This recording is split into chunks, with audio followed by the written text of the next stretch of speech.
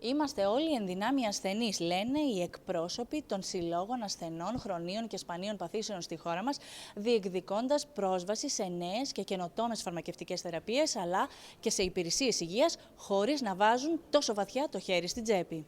Μια σειρά προβλημάτων μπορούν να αντιμετωπιστούν μονάχα εάν υπάρχει η συμμετοχή των ασθενών στη λήψη αποφάσεων και στη χάραξη πολιτικής.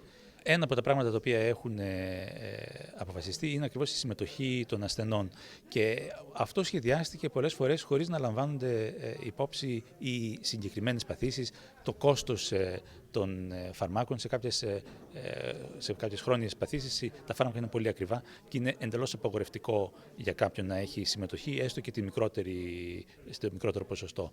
Είναι πράγματα τα οποία πρέπει να τα δούμε όχι με αναλγησία όπως γίνεται αυτή τη στιγμή και να είμαστε σίγουροι ότι οι ασθενείς μπορούν να ανταποκριθούν. Η βασική διεκδίκηση είναι η πρόσβαση στη θεραπεία τους, στα φάρμακά τους, που δυστυχώς έχει γίνει πάρα πολύ δύσκολη, διότι υπάρχουν πλέον, μειώνοντάς τους το ποσοστό αναπηρίας, χάνουν και τη μηδενική τους συμμετοχή. Και όντας και άνεργοι, είναι αδύνατον πλέον να έχουν πρόσβαση στα φάρμακα, διότι είτε υπάρχουν ελλείψεις, είτε είναι πάρα πολύ ακριβά και δεν μπορούν να τα πάρουν. Η ζωή τους γίνεται πάρα πολύ δύσκολη και αυτό έχει σαν επίπτωση να νοσεί ο ασθενής περισσότερο, να χρειάζονται περιττές εξετάσεις, επεμβάσεις, όπως λέω πάντοτε, επιβαρύνεται η ψυχολογική του κατάσταση, όλη η οικογένεια επιβαρύνεται και στο τέλος μπορεί να χάσει και τη ζωή του, πράγμα που, όπως επίσης συνηθίζω να λέω, δεν ενδιαφέρει κανέναν. Είναι πολύ σημαντικό για μας το θέμα της πρόληψης. Αυτό σημαίνει ότι οι εξετάσεις έχουν ακριβήνει πάρα πολύ και είναι πάρα πολλοί κόσμος που δεν μπορεί να κάνει αυτές τις εξετάσεις για οικονομικούς λόγους καθαρά. Ξέρουμε όμως ότι, για παράδειγμα, στον καρκίνο μαστού, το στάδιο 1, που είναι 100% ιάσιμο, στην Ελλάδα καλύπτει περίπου το 15% των περιπτώσεων, όταν στην Ευρώπη είναι 65%.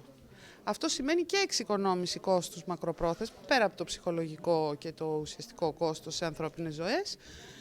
Είναι κάτι που το αγνοούμε τελείως, γιατί απλούστατα η ψηφιακή μαστογραφία πλέον είναι απλησίαστη για πάρα πολύ κόσμο και ο κόσμος, όταν δεν είναι άρρωστος, δεν πάει να ασχοληθεί με την πρόληψη. Τώρα έχουν προσθεθεί και οι άποροι καρκινοπαθείς και μην ξεχνάτε ότι ο καρκίνος είναι πολυπαραγοντική νόσος και όταν νοσήσει ένα άτομο μέσα στην οικογένεια, νοσεί όλη η οικογένεια. Εκτός από τα φάρμακα που πραγματικά τα κυνηγάμε από νοσοκομείο σε νοσοκομείο, εκτός από ανθρώπους που έχουν αναπηρία όπως οι λαρυγγεκτομηθέντες και χρειάζονται να περιμένουν στα ΚΕΠΑ μήνες για να φυτρώσει ο λάριγγας πάλι, δηλαδή πράγματα περίεργα, και να μην παίρνουν το επίδομά τους και να στηρίζεται όλη η οικογένεια να διατραφεί από αυτό το επίδομα. Έχουμε και τους απόρους καρκινοπαθείς του τελικού σταδίου που είναι στο δρόμο, στην κυριολεξία. Τα νοσοκομεία, όπως το νοσοκομείο Μεταξά, που έχει μειώσει 70 κλίνες, με αποτέλεσμα ακόμα και οι ίδιοι καρκινοπαθείς να μην κάνουν σωστά τη χημειοθεραπεία τους και την ακτινοβολία, ό,τι χρειάζεται.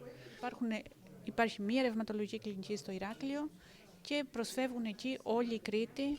Είμαστε καταγραμμένους περίπου γύρω στους 3.000 ασθενείς, υπολογίζουμε, και έρχονται και από τα Δωδεκάνησα, με μία κλινική, με 2 γιατρούς ουσιαστικά ειδικευμένους. Τεράστιο πρόβλημα. Ιωάννα Αλεξίου για το Doctor's Channel.